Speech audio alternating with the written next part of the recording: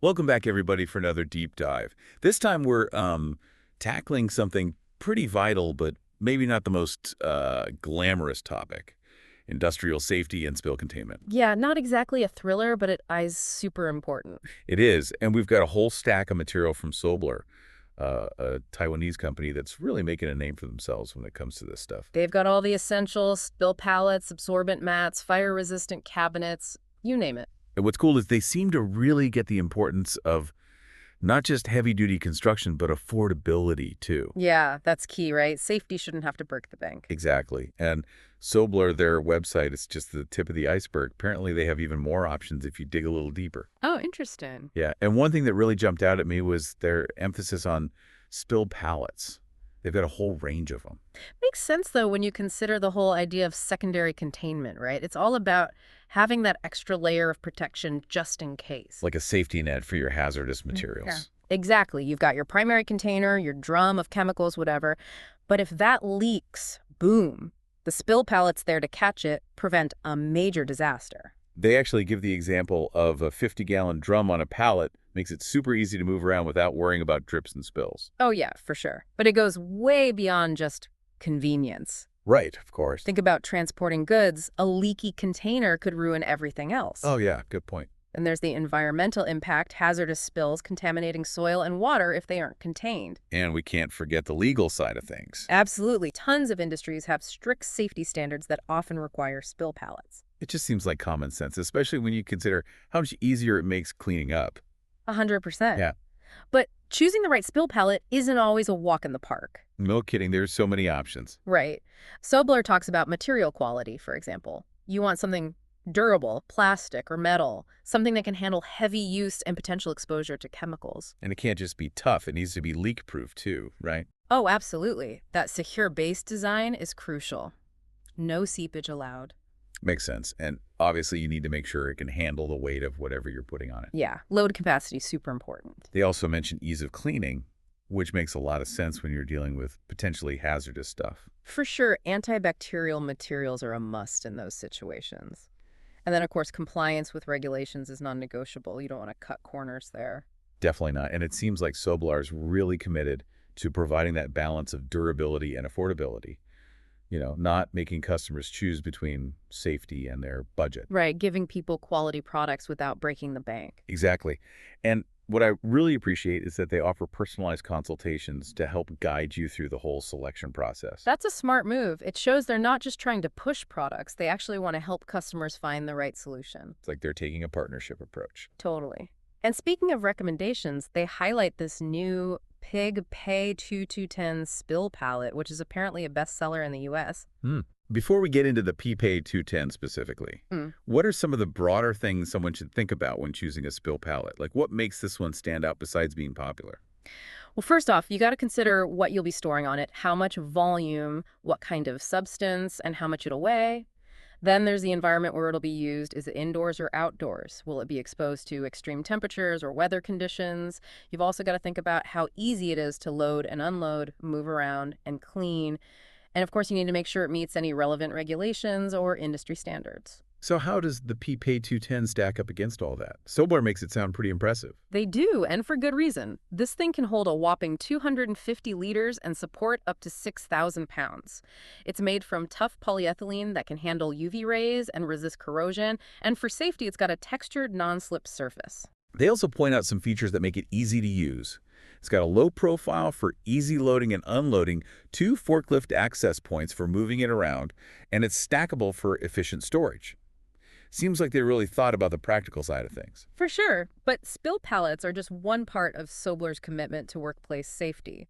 They also offer a range of fire-resistant safety cabinets for storing flammable materials. Right, which brings up another crucial topic: regulations and compliance. Yeah, that's a big one. And SOBLAR actually has a whole FAQ section on their website dedicated to this very issue. It's like they're saying, hey, we want to make sure you understand the rules of the game. Exactly, because it can get complicated quickly. They specifically mention things like dangerous goods transportation regulations. Right, like the DOT regulations in the US and the ADR regulations in the EU. So many acronyms to keep track of. It's a whole alphabet soup out there, and it's not just about government regulations either. Oh, right. There are often industry-specific guidelines and standards to consider as well. Exactly. Yeah. It's a lot to keep track of, but at the end of the day, it's all about protecting people and the environment. And that's where a company like SOBLAR can be really valuable. I agree, not just by providing the equipment, but also by helping their customers understand the rules of the game and how to play it safely.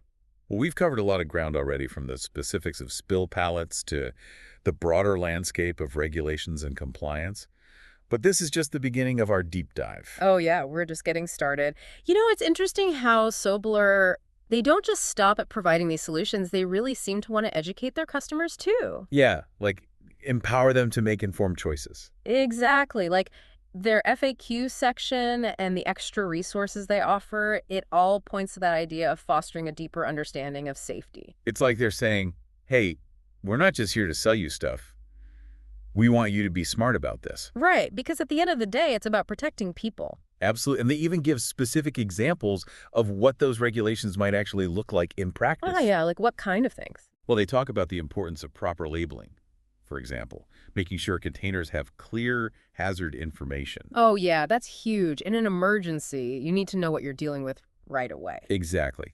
And they also mention personal protective equipment like gloves and respirators. Right. Those are so important, but so easy to forget sometimes. And having designated spill response kits readily available just in case. It's all about being prepared.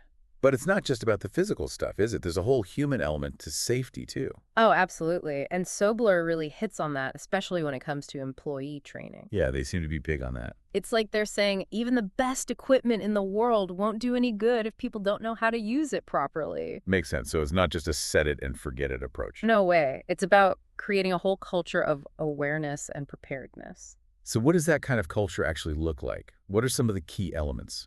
Well, I think open communication is crucial. Workers need to feel comfortable reporting hazards or near misses or anything that concerns them without being afraid of getting in trouble. Yeah, that's so important. If people are afraid to speak up, problems can just fester and get worse. Exactly. And management needs to be responsive. They need to actually address those concerns and take action. And it can't just be a one-time thing either, right? Ongoing education is key. Oh, for sure. Regular refresher courses, toolbox talks, safety meetings, all that good stuff. You got to keep safety top of mind.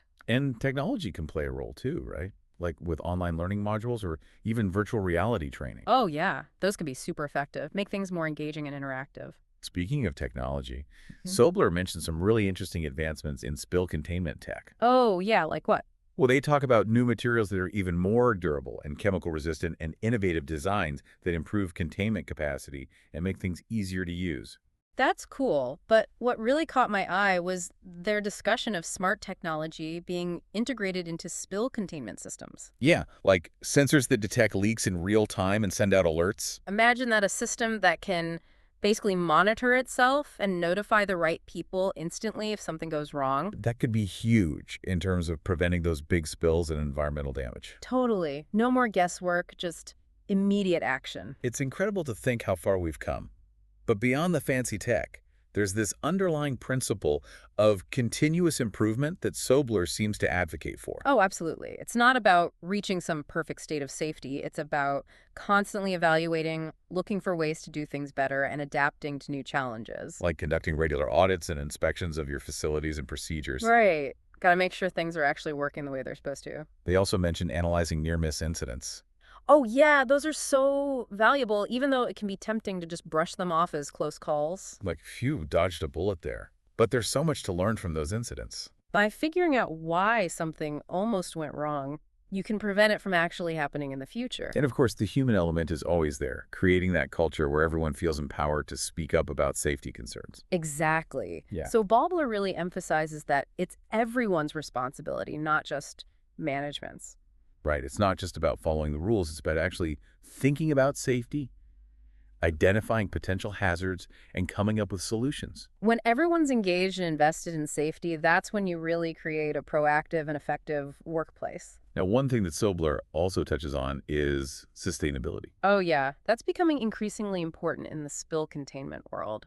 They talk about using recycled materials in their products, reducing waste through efficient manufacturing, and even offering take-back programs for old or damaged equipment. That's awesome. It shows they're really thinking about the whole life cycle of their products and their impact on the environment. It's great to see a company that's taking both safety and sustainability seriously. So we've learned a lot about SOBLAR's approach.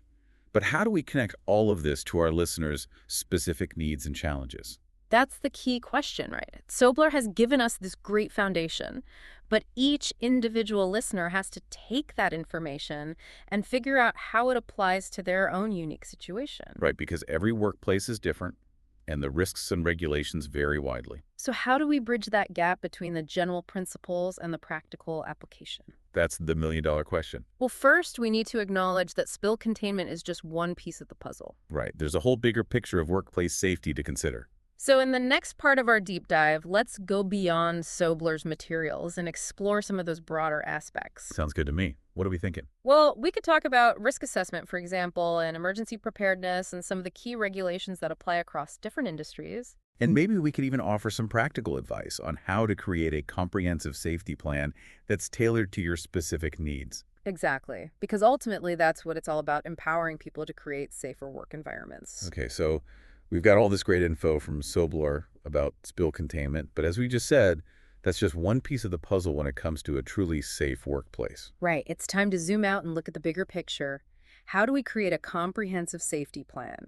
What are the other pieces we need to consider?